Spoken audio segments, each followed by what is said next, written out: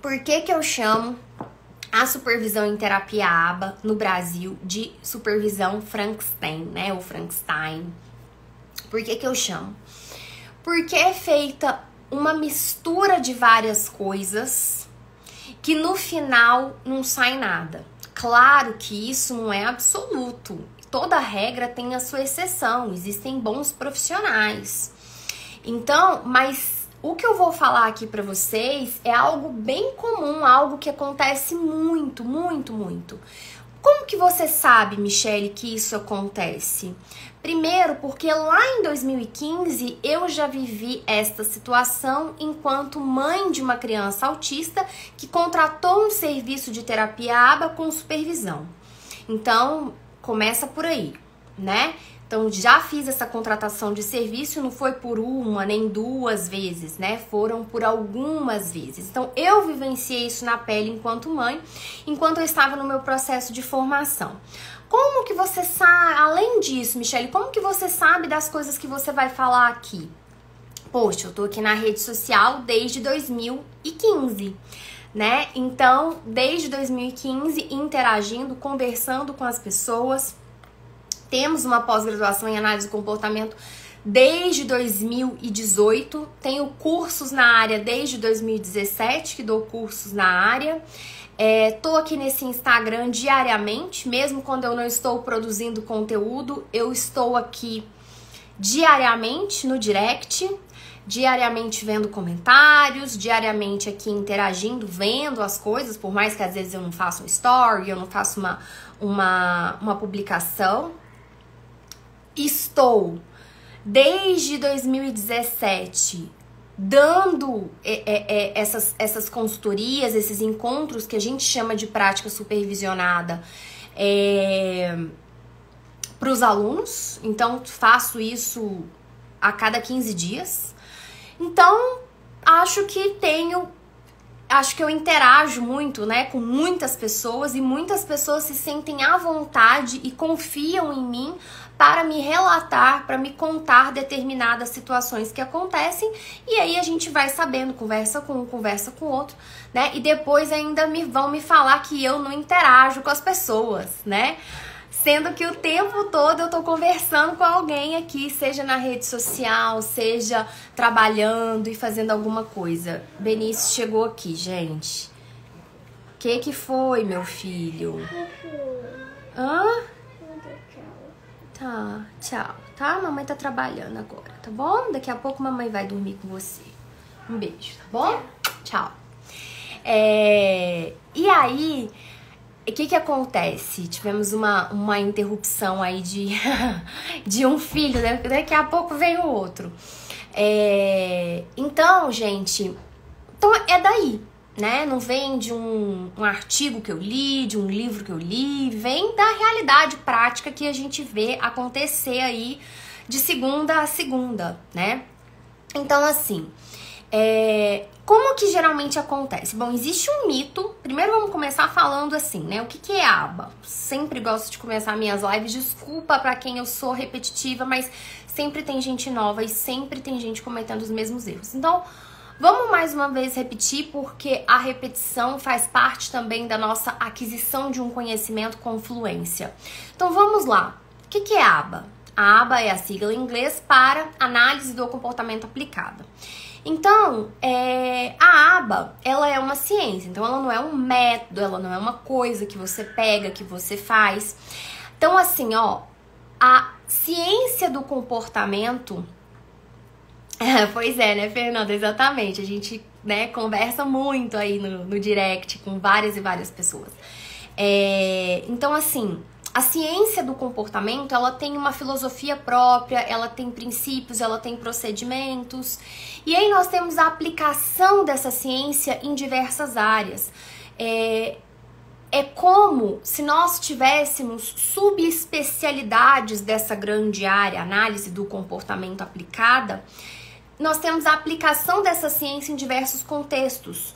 para as populações com atraso no desenvolvimento, para idosos, para a área fitness, emagrecimento, para a área de esporte, nas empresas, para gestão de pessoal nas empresas. Então, nós temos subespecialidades dessa ciência, diferentes aplicações desses princípios, desses procedimentos. Mas claro que, de fato, a área que tornou, a aplicação que tornou a análise do comportamento aplicada mais famosa, a que traz mais receita para a área, é a sua aplicação com populações com transtornos do neurodesenvolvimento, em especial o autismo. Então, esse é um fato. O que acontece? A gente... Da onde que vem essa questão de supervisão? Diferentes áreas da saúde, elas terão diferentes formas de se orientar novos profissionais, a formação de novos profissionais. Mas especificamente, a análise do comportamento aplicada, ela traz dos Estados Unidos o modelo de supervisão deles lá. Só que por que eu chamo de Frankenstein? Porque as pessoas, elas pegam aí um pouco só aquilo que interessa para elas, para incorporar e para chamar isso de supervisão. Então vamos entender como que é o modelo de supervisão nos Estados Unidos, para a gente entender como que é aqui no Brasil e o quanto que as pessoas, elas... Por que eu falo que é Frankenstein? Porque elas fazem uma mistura de várias coisas e elas fazem de acordo com a sua própria conveniência, dentro do que vai me beneficiar. E aí cada um vai olhar o seu lado. O plano de saúde vai olhar o lado dele, os profissionais vão olhar o lado dele. E constantemente quem vai ser prejudicado nessa história serão as famílias e os indivíduos que consomem esses serviços. E se você consome esse serviço e você está muito satisfeito com a sua prestação de serviço e acha que o que eu tô falando aqui é mentira, teorismo, ou seja lá o que você pensa, que ótimo para você que você está tendo uma boa prestação de serviço. Mas esteja atenta enquanto família também, por quê? Porque você não sabe aquilo que você não sabe. Então, como que você vai saber se um serviço está sendo prestado de qualidade, sendo que você não sabe o que seria um serviço de qualidade? Você não sabe o que é esperado dentro dessa prestação de serviço. Então, você não tem muito parâmetro, você não tem muita base. E aí você vai ter diferentes formas de prestação de serviço a depender de nível de qualidade e formato de prestação de serviço, a depender de qual estado você está, qual cidade você está, qual é o seu poder aquisitivo, se você tem plano de saúde, se você não tem plano de saúde. Então vai gerar uma diferença muito grande. Então vamos lá. Como que é o modelo de supervisão nos Estados Unidos? O que nós temos? Nos Estados Unidos você tem um modelo de prestação de serviço de terapia ABA. Ok, beleza. Como que esse modelo de prestação de serviço de terapia ABA ele é feito? Geralmente, quem paga são os planos de saúde. Então, existem diversos planos de saúde, eles irão fazer esse pagamento. Logo, acaba que quem vai instaurar as regras de como que esse pagamento é feito, para quem que ele vai pagar, quem que pode, quem não pode, isso acabou sendo instaurado pelos planos de saúde, mas claro que à luz das leis e das práticas e da cultura norte-americana. O modelo de supervisão, esse modelo que é utilizado pelos analistas do comportamento nos Estados Unidos, é um modelo de supervisão muito utilizado em diversas áreas profissionais nos Estados Unidos, em diversas carreiras. Algo que não é comum aqui no Brasil de ser feito dessa forma. Então, como que é feito lá? Você contrata uma agência, lá eles chamam de agência ou clínica, então pode ter esses dois nomes. Você vai contratar esse serviço e vai ter um profissional, um analista do comportamento, chamado de BCBA no caso, onde ele será o responsável pelo caso. Não será uma outra pessoa. O responsável por esse caso, o responsável pelas ações dos terceiros que vão trabalhar dentro desse caso, dentro de uma conotação de serviço de prestação de terapia ABA vai ser esse profissional, esse BCBA, que é o supervisor. Só que não vai ser esse BCBA, né? Em inglês seria o BCBA, mas estou falando aqui em um bom português claro. Esse BCBA, ele vai ter ali aplicadores de programas de ensino, que lá eles se chamam de RBT, Técnico Comportamental Certificado. Quem que é esse profissional? Esse profissional precisa ter 18 anos de idade, não ter antecedente criminal, ter passado numa prova que é bem simples, ter feito um curso de 40 horas. E ele vai ser quem vai ter esse contato direto com o aluno, com o paciente, com o cliente, tá? Então, ele que vai ter esse contato direto. Então, se tem uma prestação de serviço que é todos os dias, todos os dias ele vai ter terapia, das 8 às 10 da manhã, por exemplo. Quem vai estar ali das 8 às 10 da manhã vai ser esse RBT, não vai ser o analista do comportamento. Então, vamos trazer um exemplo palpável para a realidade que todos nós passamos? É como se você fosse no médico e quem fosse fazer o procedimento ali com você fosse a enfermeira e não o médico, tá? Então é como se tivessem procedimentos que a enfermeira pudesse fazer e tivessem procedimentos que só o médico pudesse fazer. E o médico ele não te visse todas as vezes que você vai até a clínica. Ele só te vê algumas vezes, mas quem está com você todos os dias te acompanhando é a enfermeira. Então, só para trazer, né, de repente, para dar uma medicação na veia, para fazer determinada coisa, é a enfermeira que faz, não é o médico. Esse raciocínio, só para vocês entenderem. Então, essa é a estrutura do serviço. Só que você não vai contratar esse RBT diretamente por sua própria conta. Não, essa contratação tem que ser feita pela agência, pela clínica. É a clínica que vai te oferecer esse profissional, certo? É como se você estivesse aqui agora e você ligasse para uma empresa de diaristas e falasse assim, olha, eu quero uma diarista para amanhã.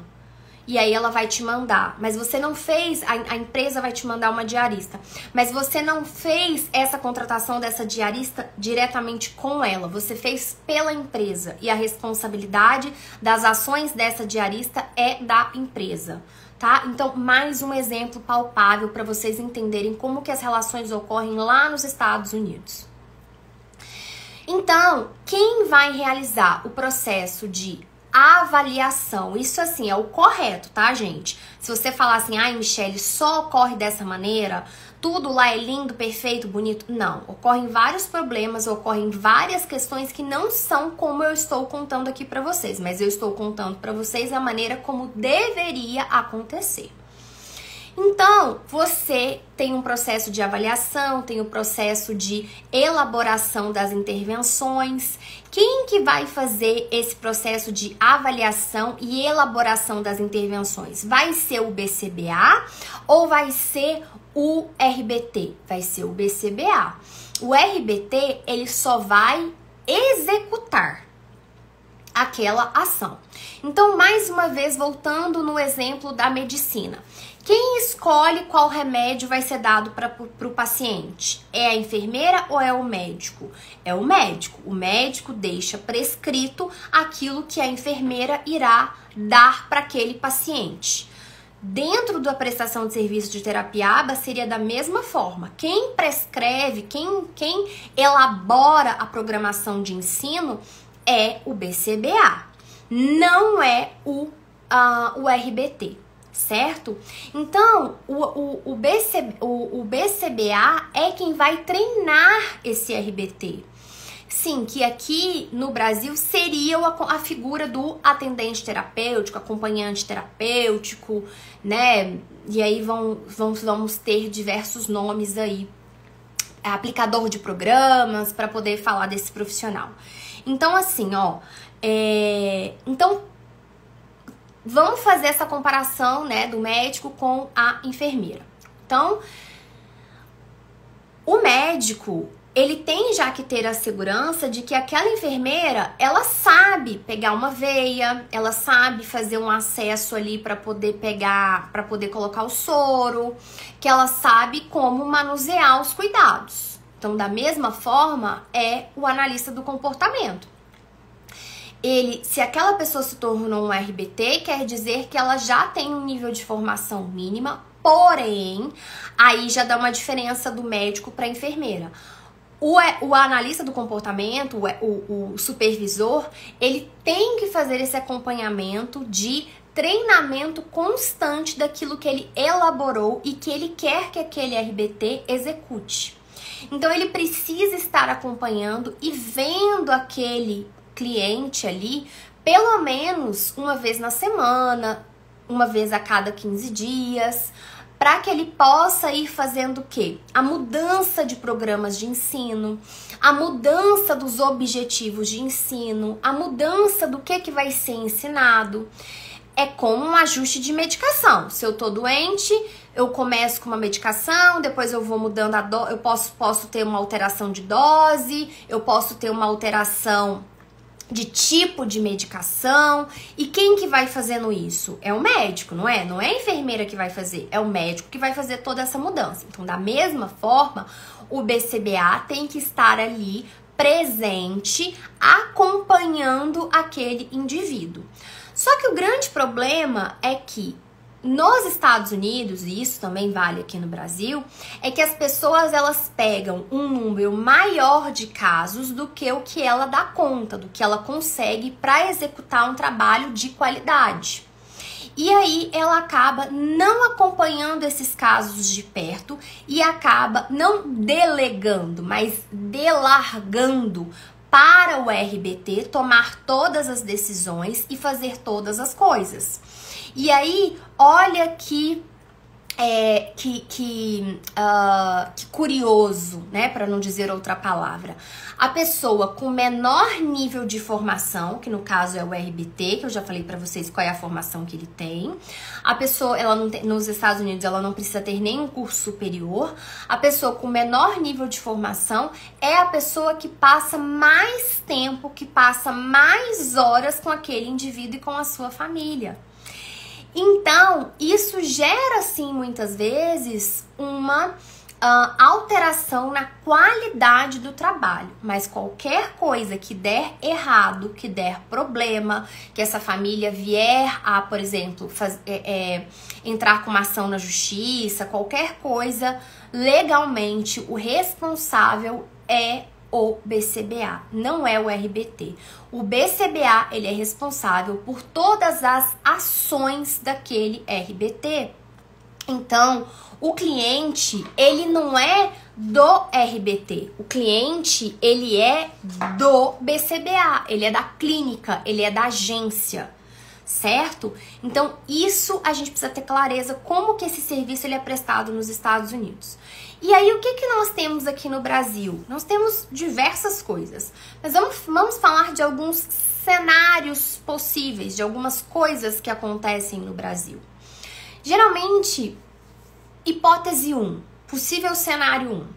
Eu tenho uma pessoa que tem uma formação de nível superior, então, de repente, ela é uma psicóloga, uma fonoaudióloga, uma pedagoga, uma psicopedagoga. Enfim, eu tenho uma pessoa de nível superior e ela quer começar a prestar serviço de terapia ABA.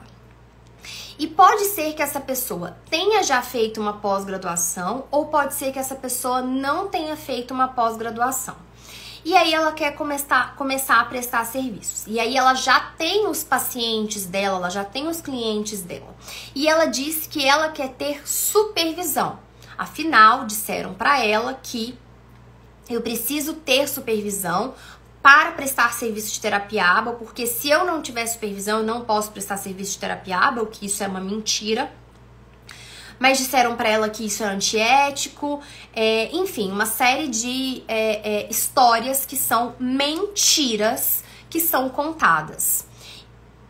E muita gente que fez uma pós-graduação não bem feita. Ah, Michele, quando você fala isso, você tem um viés porque você vem de uma pós-graduação. Sim, quando eu falo isso, considere que eu sou uma pessoa que tem um conflito de interesses, haja vista que eu tenho uma empresa que foi feita para dar lucros, que vende treinamentos, que vende pós-graduação em análise do comportamento desde 2017, ok? Então, eu tenho um conflito de interesses quando eu falo da qualidade dos cursos, tenham isso em mente. Mas cada um é cada um e cada um vai ver na prática, o tempo é o senhor da razão, para mostrar como são as coisas no mundo, mas ok. Mas gosto de deixar isso bem claro, porque meu negócio é ser realmente muito transparente.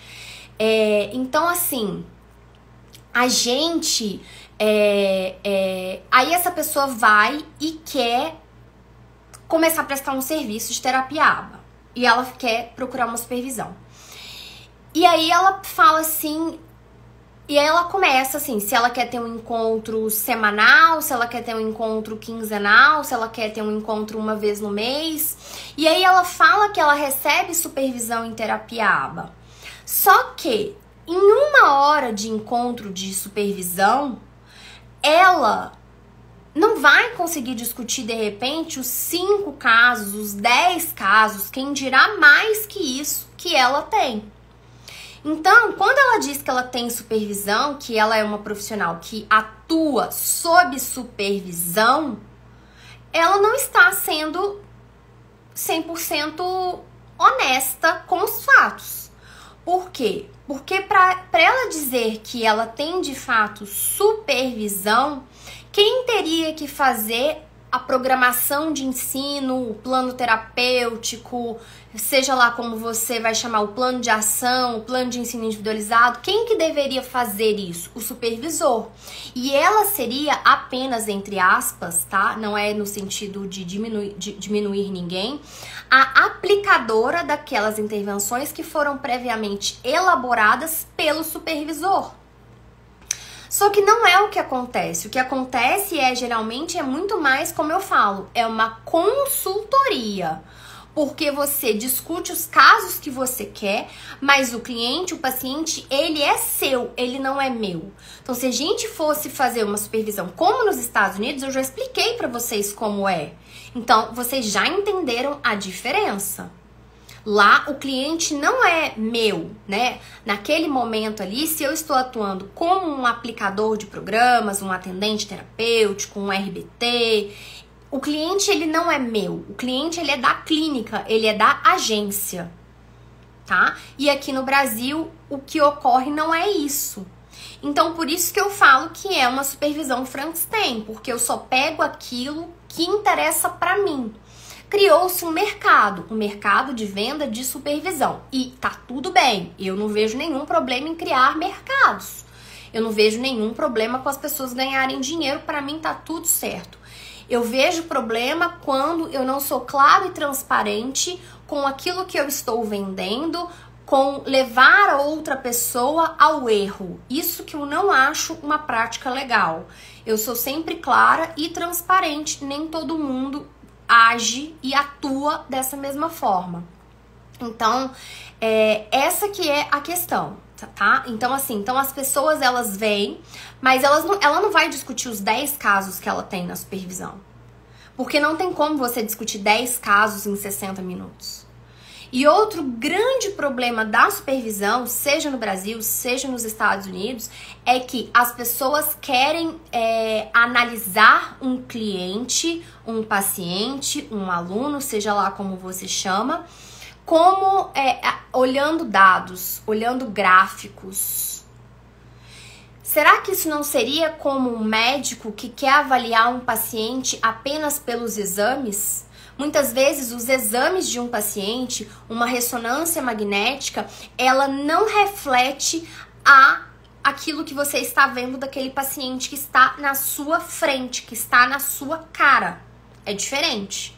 Então, se eu já contei pra vocês algumas vezes, sempre gosto de utilizar os meus exemplos médicos, né, que eu sou uma idosa de 80 anos, para ilustrar as situações. Mas olha só, pensa comigo.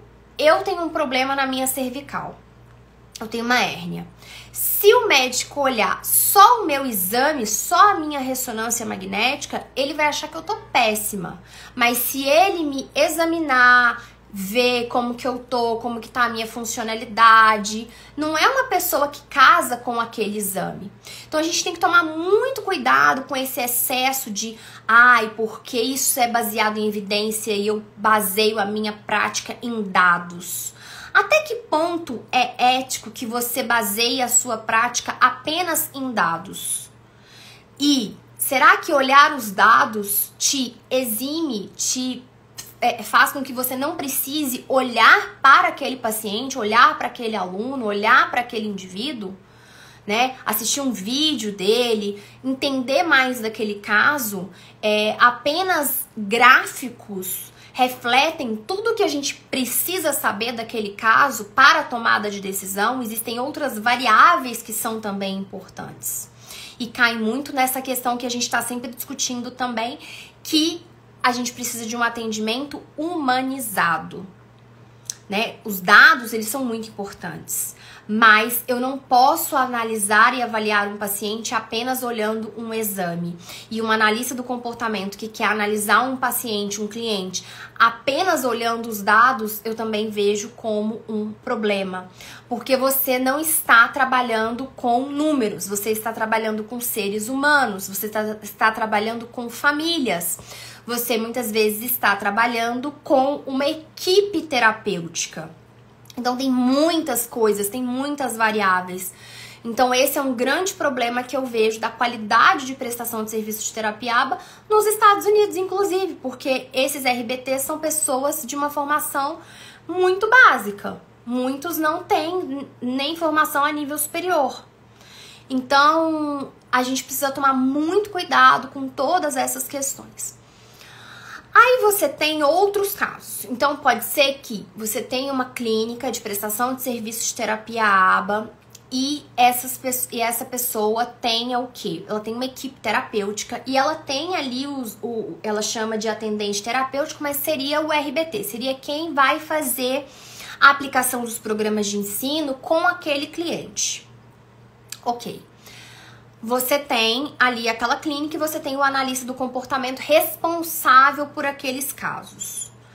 Só que o que a gente vê acontecer muitas vezes? Aquela clínica tem tantos casos e poucos profissionais para acompanhar, de fato, que acaba que a supervisora faz o seguinte: você tá precisando trabalhar habilidade social com ele, tá bom? Então trabalhe habilidade social com ele, mas saber como essa habilidade social será trabalhada, que aspecto da habilidade social, como que eu vou fazer isso, qual que é o objetivo, como que isso vai ser feito.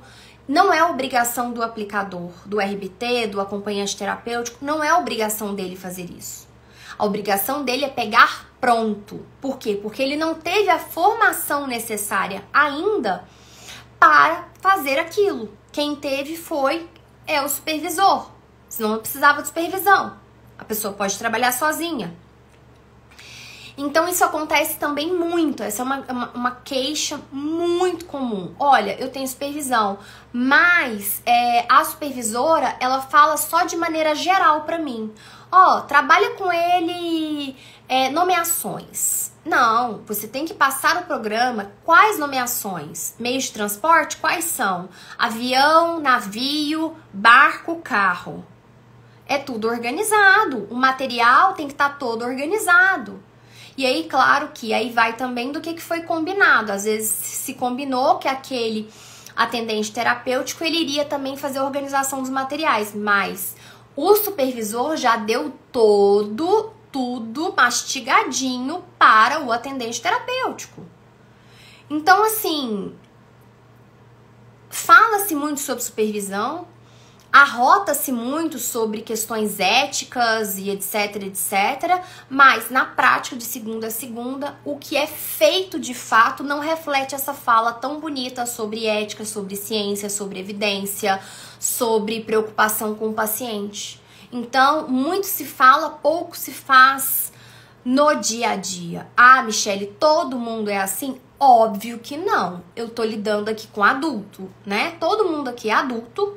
E vocês estão entendendo que não são todas as pessoas que fazem isso. Nós não podemos generalizar, mas que isso é muito comum de acontecer, é.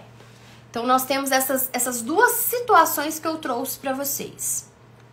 Primeira situação, onde a pessoa fala que tem supervisão, mas na verdade ela não tem, ela tá trabalhando ali na prática dela, e aí ela tá...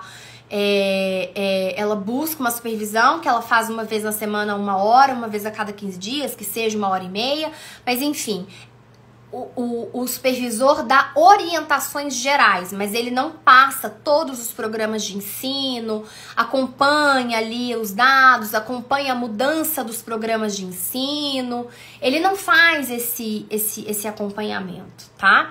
E outra questão, quando não, a pessoa está trabalhando dentro da mesma equipe, mas a supervisora ela só passa no geral. Ah, trabalha aí habilidade social, trabalha aí brincar. Mas ela não passa os programas todos mastigados. E não é só você escrever o programa de ensino. Você precisa ensinar quem está aplicando para que ele possa executar aqueles programas com a fidedignidade que você escreveu. A fidelidade do tratamento. Então, isso também é muito importante. Então, se você for pegar quem de fato faz isso dentro de uma prestação de serviço de terapia ABA, vai ser muito raro. Pelo menos dentro da minha vivência, eu posso estar errada, eu posso talvez não estar convivendo com as pessoas certas, nos meios certos, talvez o que chega pra mim são só aquelas situações esdrúxulas, tá tudo certo, né? Mas é realmente fruto daquilo que eu já expliquei pra vocês, da vivência, daquilo que eu converso com as pessoas, daquilo que eu realmente vivo, fruto da minha realidade, né? Mas cada um tem a sua realidade. Então, então, por isso que eu apelidei da supervisão em terapia ABA no Brasil ser uma supervisão Frankenstein, totalmente louca, você não sabe o que as pessoas estão fazendo, o que é obrigação de um, o que é obrigação de outro, mas todo mundo colocou na cabeça que tem que ter supervisão, por quê? Porque eu crio um problema para que eu possa vender um serviço. E, mais uma vez, eu não tenho nenhum problema com vender serviços. Mas desde que você seja honesto, né? Desde que você seja verdadeiro. Então esse é um grande problema. Por isso que eu falo que é um Frankenstein, porque eu misturo diversos elementos e eu pego só aquilo que me convém enquanto profissional, né? Eu pego aquilo ali que é importante pra mim e eu, de certa forma, faço um bullying com quem não faz supervisão, falo que ele é antiético, falo que ele é isso, falo que ele é aquilo, ameaço. É o que a gente vê, né? Pelo menos assim, o que eu vejo acontecer, né? Na minha realidade, a minha, tá? Mas é o que eu vejo realmente acontecer com diversos meus alunos, diversas das pessoas que acompanham o meu trabalho aqui, é essa fala, né? Sempre insistente, né? De supervisão, supervisão, supervisão, supervisão. E ao invés da gente pegar e falar assim, não, como que deve ser feita uma supervisão bem feita, então? Mas é só falar que tem que fazer supervisão, mas a supervisão ela não acontece de uma maneira de fato efetiva e eficaz, que produz resultados, né? Então, assim, a gente precisa ter essa visão e sempre assim, não só ficar dando nomes. Ah, eu faço supervisão. Não. O que de fato? Defina pra mim quais são as ações comportamentais, quais são os comportamentos que estão envolvidos dentro disso que você está chamando de supervisão. O que acontece? Como que é a prática, então? Como que é o dia a dia? Você se encontra quantas vezes por semana? Por quanto tempo? O que vocês fazem? Como que é essa dinâmica? Então, a gente também precisa pensar nessa supervisão, ela acontecer ao vivo, no momento que essa intervenção está acontecendo, né? Então isso é muito utilizado, essa supervisão ao vivo. Você abre ali uma câmera, a criança pode, se não for, se acha que for prejudicar a criança, não precisa saber, né? O cliente não precisa saber, mas claro que a família precisa saber. E aí a supervisora fica ali só olhando, né? Então a supervisionada pode estar com fone de ouvido, por exemplo, para ouvir e executar as orientações. Então nós temos aí diversos aparatos tecnológicos que podem fazer essa supervisão funcionar, inclusive à distância. Mas claro que isso existe ônus, né? Existe um custo disso acontecer. Porque ali você vai estar ali pagando a hora de 2 profissionais muitas vezes, né? Então, a gente também tem que, não adianta achar que o mundo é cor de rosa. Existe um fator econômico totalmente envolvido em toda essa questão aí da supervisão. Então, por isso que eu bato muito nessa tecla. E aí, gente, falando, eu sou obrigado a ter supervisão? Não, ninguém é obrigado a ter supervisão. Nem com pós-graduação, nem sem pós-graduação. Ninguém é obrigado a nada. Você só é obrigado a algo por força de lei. Não existe uma lei que regulamente a profissão de analista do comportamento, também chamado de terapeuta ABA. Não existe, tá? Não existe uma lei. Então, haja sempre com a sua ética, trate os outros como você gostaria de ser tratado. Se você vê que você não tem capacidade técnica para lidar com um determinado caso, busque ajuda, encaminhe, enfim, né? Mas ninguém é obrigado a ter supervisão. Só pode ser supervisor quem tiver mestrado. É obrigado a ter supervisão. Preciso ter uma certificação XYZ. Não existe nada. Isso tudo lenda urbana. E infelizmente, quando você não sabe das coisas, você está mais sujeito a ser enganado, né? E aí depois as pessoas ainda querem discutir ética comigo, né? É ético mentir para as pessoas? É ético eu dizer para as pessoas que você é obrigado a algo que você não é? Que você tem que fazer uma supervisão X porque ele quer te vender um serviço? Que você tem que fazer uma certificação YH porque ele quer te vender um cursinho preparatório da supervisão YH?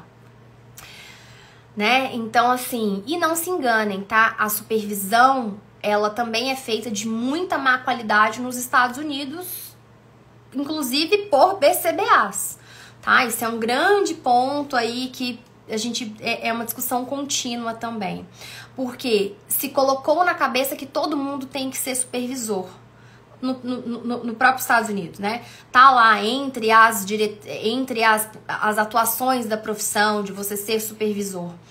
E nem todo mundo tem capacidade e habilidade para supervisionar casos. Tem gente que nasceu para estar no laboratório lidando com rato e pombo. Tem gente que nasceu para estar dentro de uma sala de aula dentro de uma universidade pública, porque nem de uma privada não daria certo, porque ele não aguentaria a estrutura de uma universidade privada. Então, assim, cada um nasce com uma coisa, cada um, né, tem um papel nesse mundo. Tem gente que nasce para fazer pesquisa, tem gente que nasce para lidar com as pessoas, tem gente que nasce para dar aula presencial, tem gente que nasce para dar aula na internet. Então, assim, são diversas coisas, tá? Então, a gente também tem que ver isso, porque se a gente for pensar das habilidades que são necessárias para que você possa ser um bom supervisor, tem todas as habilidades que a gente tem que pensar de liderança, de empreendedorismo, de gestão, que vão muito além do conhecimento da análise do comportamento por si só. Então, isso não é ensinado, né, nas faculdades, isso não é ensinado nas pós-graduações, né? Isso é algo que eu busco trazer dentro das discussões dos nossos encontros de prática supervisionada, com os nossos alunos aqui, mas porque eu tenho essa pegada de empreendedorismo, de gestão, de liderança, de algo que eu gosto, que tá dentro de mim há muitos anos, tá? Respondendo aqui, né, como que os pais podem supervisionar se o serviço prestado da supervisoria AT estão sendo abordados eficiente? Pedir para uma coisa bem prática, pedir para estar presente em todas as reuniões que forem para ser tratado do caso daquela criança, né? Pedir que a supervisão aconteça e que você esteja presente no momento dessa supervisão que ela esteja acontecendo. Essa é uma forma.